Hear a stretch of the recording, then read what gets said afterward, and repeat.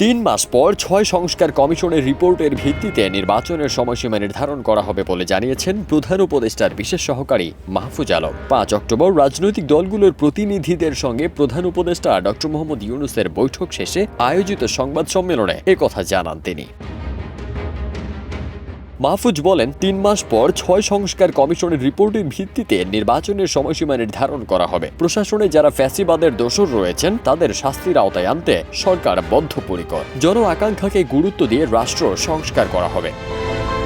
250-টিরও বেশি design option নিয়ে Walton smart fridge, বোঝে আপনার প্রয়োজন। বিষয়টি স্পষ্ট করে প্রধান উপদেষ্টার প্রেস সচিব শফিকুল আলম বলেন, সংস্কার কমিশনগুলো 3 মাসের মধ্যে তাদের প্রতিবেদন দেবে। সেগুলো নিয়ে উপদেষ্টা পরিষদ, রাজনৈতিক দল, সমাজের বিভিন্ন স্তরের মানুষের সঙ্গে কথা বলবে। এরপর রিফর্মের বিষয়ে রাজনৈতিক দলগুলো একটা ন্যূনতম ঐকমত্যে আসবে। ঐকমত্যের উপর নির্ভর করবে নির্বাচনের টাইমলাইন, কারণ কতটুকু রিফর্ম লাগবে সেটা দেখার বিষয় আছে। তিনি বলেন, নির্বাচনী রোডম্যাপের ব্যাপারে যে আলাপটা হচ্ছে সেটা হচ্ছে 6টা কমিশন গঠন করা হয়েছে, তার 5টি পূর্ণাঙ্গ করা হয়েছে, বাকিটা 2-1 দিনের মধ্যে ঘোষণা হবে।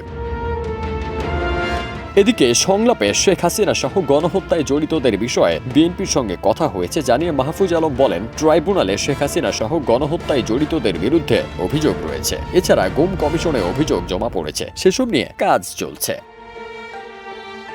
এ সময় দ্রব্যমূল্য নিয়ন্ত্রণের বিষয়ে সরকারের গৃহীত পদক্ষেপ প্রসঙ্গে জানতে চাইলে মাহফুজ আলম বলেন, সরকার বাজার নিয়ন্ত্রণের চেষ্টা করে যাচ্ছে, ধীরে ধীরে স্বস্তি ফিরবে। সরকার এ বিষয়ে খুবই আন্তরিক বলেও দাবি করেন তিনি।